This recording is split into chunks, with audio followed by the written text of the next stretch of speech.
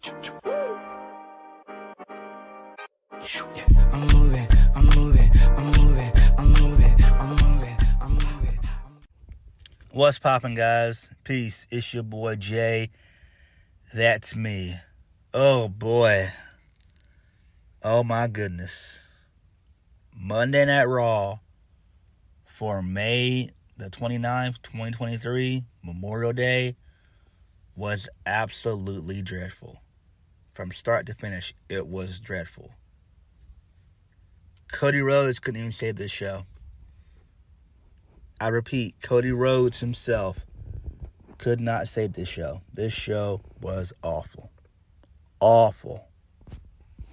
Absolutely awful. There was nothing important on this show. Nothing. Nothing at all.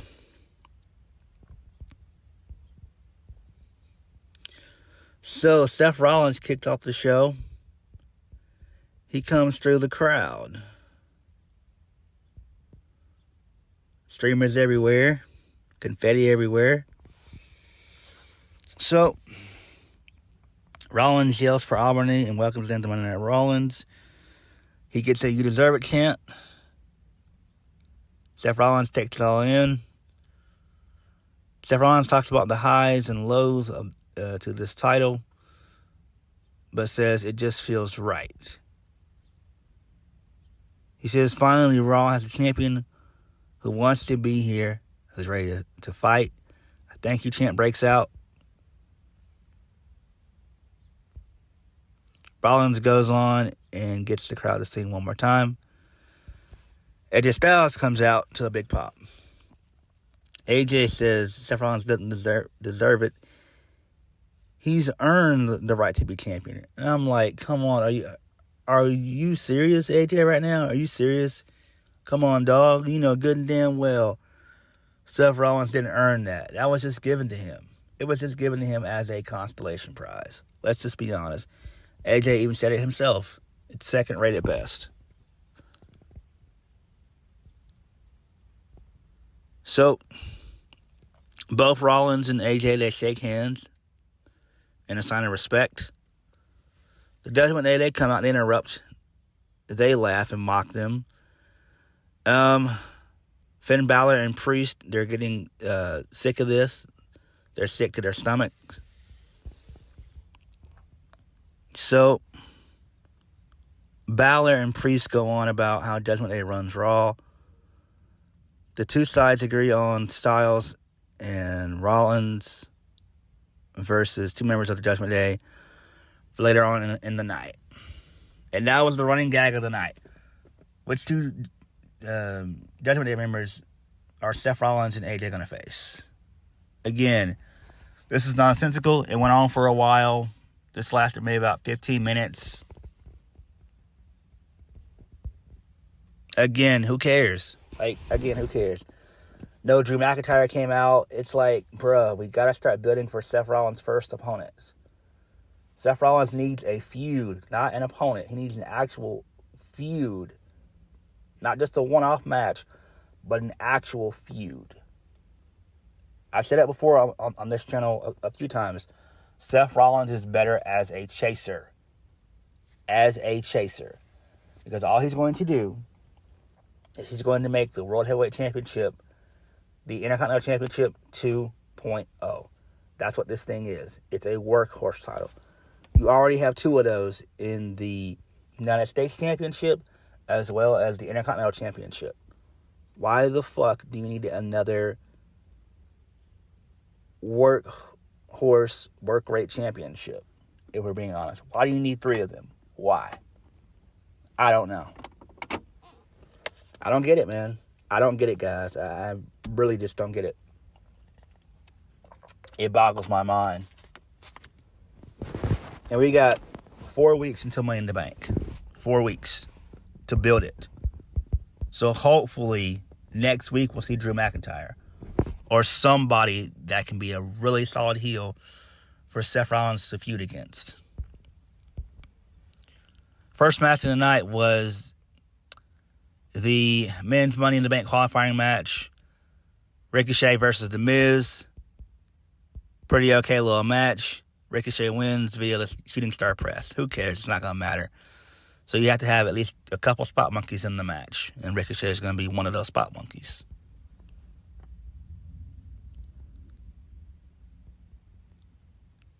So, next, Trish Stratus, she comes out. She's still wearing her ring gear from Saudi Arabia. I'm like, this had to be a pre-taped segment. It had to be, but it actually was live. I'm shocked. So, Trish Stratus rips on Becky Lynch and brings out a real superstar, Zoey Stark. So, both Zoey Stark and Trish Stratus, they embrace each other. Zoey Stark talks about how she could have gone the hard way, like Becky, or let Trish guide her. She came to WWE to make a statement. The fans boo as she thanks Trish. They go on and talk some more. Then the music hits. Becky Lynch comes out. Becky Lynch says she's going to ruin Stark's life. And since Trish is still in her ring gear, let's fight. So Becky and Zoey start to brawl. Becky unloads on Trish. And then Becky Lynch kicks Zoey Stark away. Then she goes back to brawl with Trish some more. And then Becky succumbs to the numbers game. Zoey hits the Z360. And then they taunt and make fun of Becky Lynch some more. And then they dip out. Okay. Who really cares? It's not really all that exciting.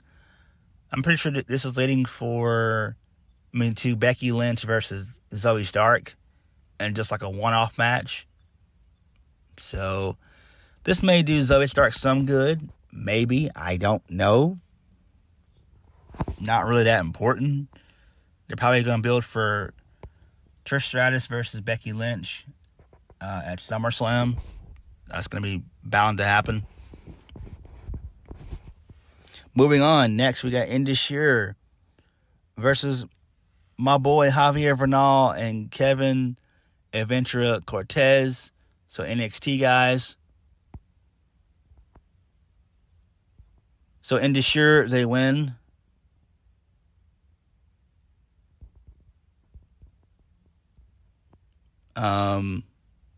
Okay, this is fine, but what's their mission statement, right? I mean, what's their mission statement? I know Jinder has said before in NXT and on the main roster, on Raw, that they want to be draped in gold. Okay, so you need to go after Kevin Owens and Sami Zayn. Once they get done with their little Imperium feud. But I don't know if they want to have Indus as tag champions. I really don't know how well that's going to go over with some people. Like, seriously. I don't know. I mean, I could see it happening, but I doubt it, though.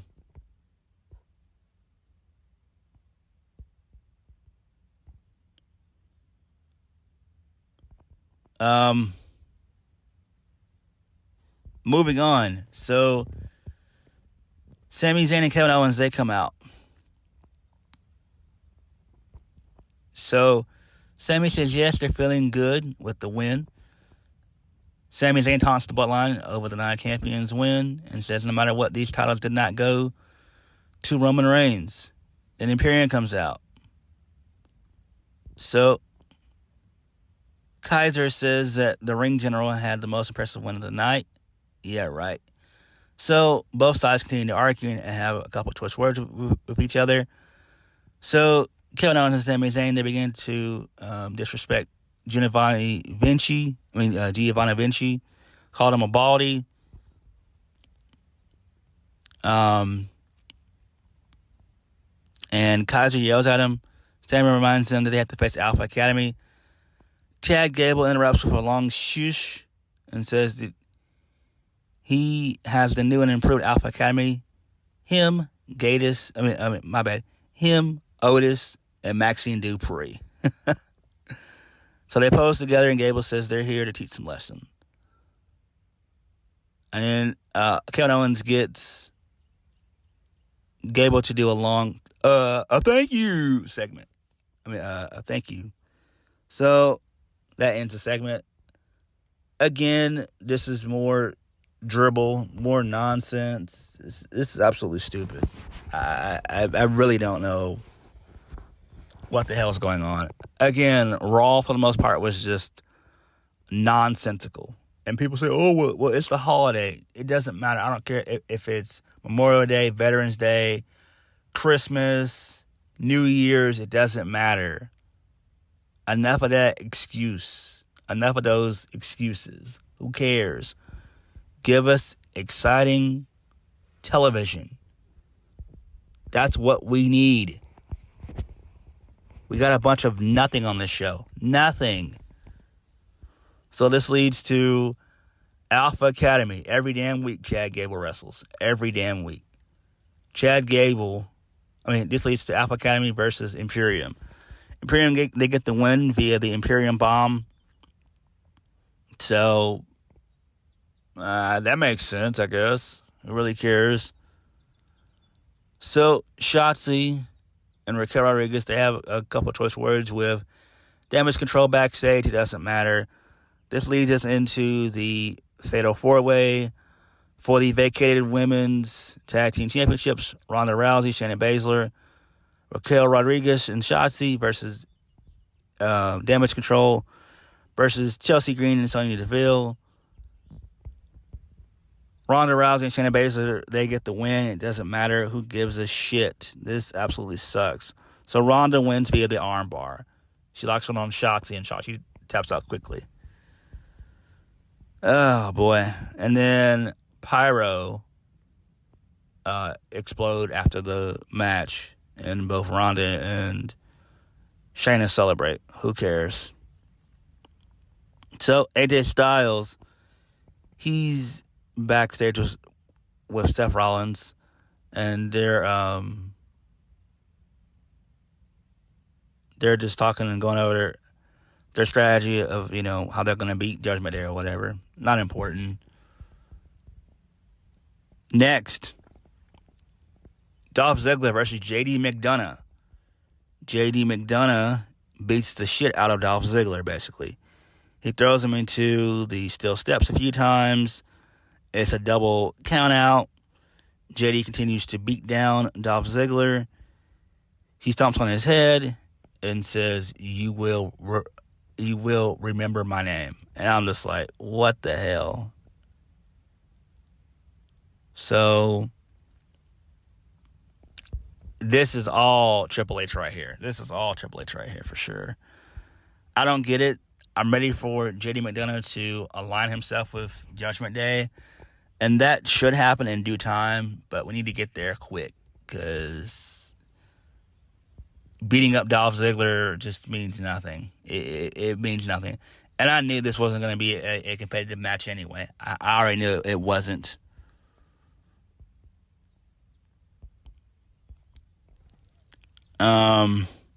Next, Cody Rhodes comes out to a massive pop like he always does. Cody asks Albany what they want to talk and discuss about. So, Cody brings up what happened with Brock Lesnar at Night of Champions. Cody goes on and asks Lesnar if he's really satisfied with their war being 1-1. Cody issues an open challenge and says he will provide Lesnar with a schedule, and if he's standing in a ring, he wants to fight. Cody touts Lesnar's key accomplishments. Hopefully for the last time, he says Lesnar is the beast, but not man enough to make him tap out. Cody says if he fails to accept, then we know Lesnar is afraid of him. So Cody's fired up, and he wants one more shot at Lesnar. Okay, this makes sense. This is fine. What they need to go ahead and do is have this match at Money in the Bank. This can't last until SummerSlam. Money in the Bank is literally in 4 weeks. Well, 5 weeks. if we're being honest. Yeah, 5 weeks. And we need to do Cody Rhodes versus Brock Lesnar. To end the feud, I don't know what you could do. Maybe a last man standing match, maybe an I Quit match, something like that. I don't know. It's something that has to end the feud completely. End it. Because Lesnar needs to do something else for SummerSlam. So, I don't know. But I'm ready for this feud to be over with. Cody needs to focus on Money in the Bank so he can dethrone Roman Reigns. That should be his goal. I'm tired of hearing this nonsensical rumor that WWE is going to potentially wait until next year's WrestleMania to dethrone Roman Reigns. Not going to happen. Not going to happen at all. Period. So Kathy Kelly, she's backstage with Matt Riddle. He said that he looks forward to competing in Money in the Bank and going to challenge Roman Reigns or Seth Rollins. Gunther interrupts and he taunts Riddle. Gunther wants Riddle to win Money in the Bank and cash in on him because beating him and humiliating him is fun to Gunther. And then Gunther wishes Matt Riddle all the best of luck, and then he walks off, and then Riddle thinks it over. Again, this is fine. We know that Matt Riddle probably won't be in Money in the Bank.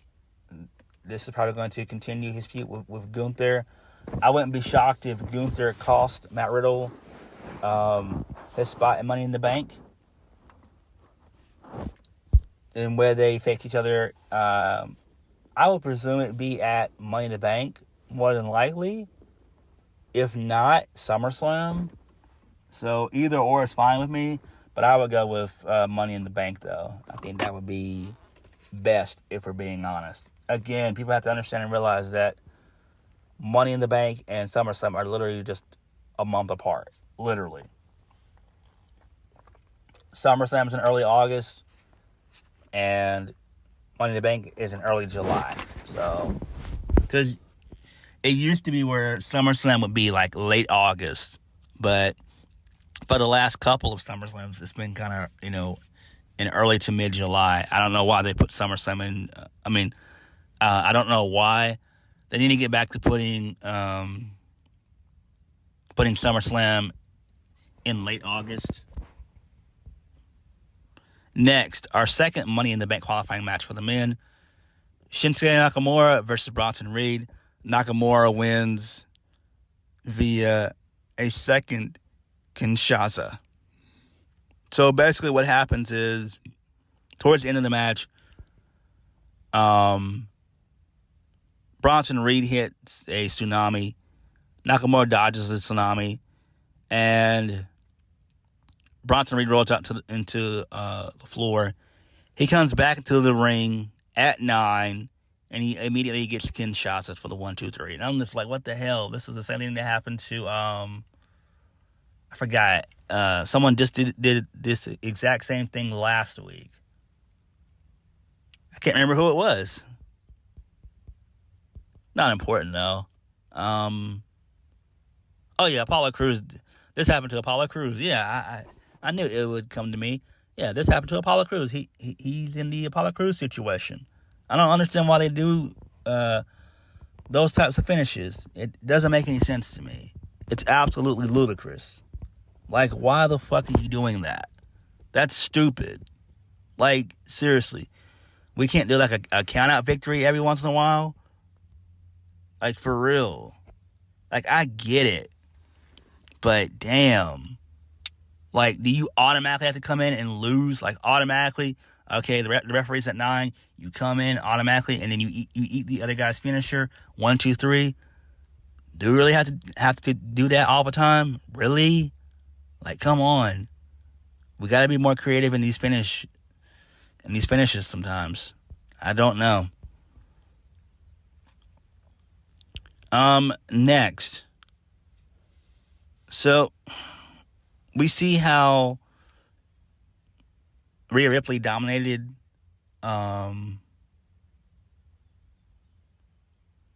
Natalya at Night of Champions.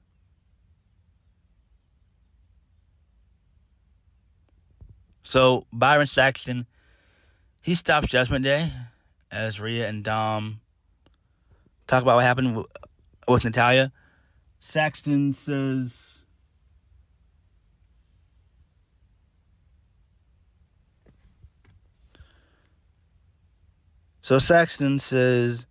he wants everyone to know. No, my bad. Let me start over again. So Saxton says, everyone wants to know who of the group will face Seth Rollins and AJ Styles tonight. So Finn Balor says if he told Byron he would have to, Trish says they have things to do, so Byron should get lost and do his job elsewhere. Okay. And then we get a really good Memorial Day tribute video, and the USA tent breaks out. That was pretty cool. I enjoyed that. That was great.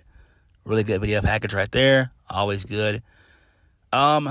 Then we get women's Money in the Bank qualifiers. Natalya versus Zoey Stark, and Becky Lynch versus Sonya Deville. Sonya Deville more than likely will win, because I assume that Zoey Stark is going to get involved, and Trish Stratus is going to get involved and cost Becky. And Zoey Stark is going to win because she's a Triple H girl. This leads us into the main event. So, Seth Rollins and AJ Styles versus Finn Balor and Damian Priest. So, Finn Balor attacks Seth Rollins from behind, and that leads us into the match. So, Rollins wins via the stomp. He pins Damian Priest. So, towards the end of the match, Damian Priest does a massive Razor's Edge on AJ. Rollins breaks it up with a big stomp. AJ tags Rollins in, and he does another stomp. 1, 2, 3. And Rollins and AJ Styles win. And that was the show. That was Monday Night Raw. Again, nothing happened. Nothing of substance. Absolutely 3 hours of pure boredom. This show sucks. This show absolutely sucks. Fuck your excuses and shove them up your ass. This show sucks. Triple H, Vince, Bruce, and all of the creative writers on the team, you all suck, man. You all suck. You fucking suck. Every last one of you sons of bitches suck. What the fuck are you doing? My God, this stuff is nauseating, man. Like, really? These fools didn't even try on this show. Didn't even try.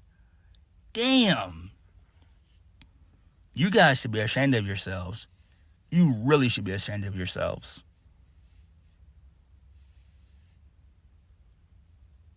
I don't even know what to even say. But this show absolutely sucked. It was a waste of 3 hours. I was bored for most of it. I was on my phone for some of it. I was on my laptop for some of it as well. This show was just abysmal. Just absolutely abysmal. And I'm pretty sure next week we're going to get more of the same. I guarantee you that. They don't care. They really don't care.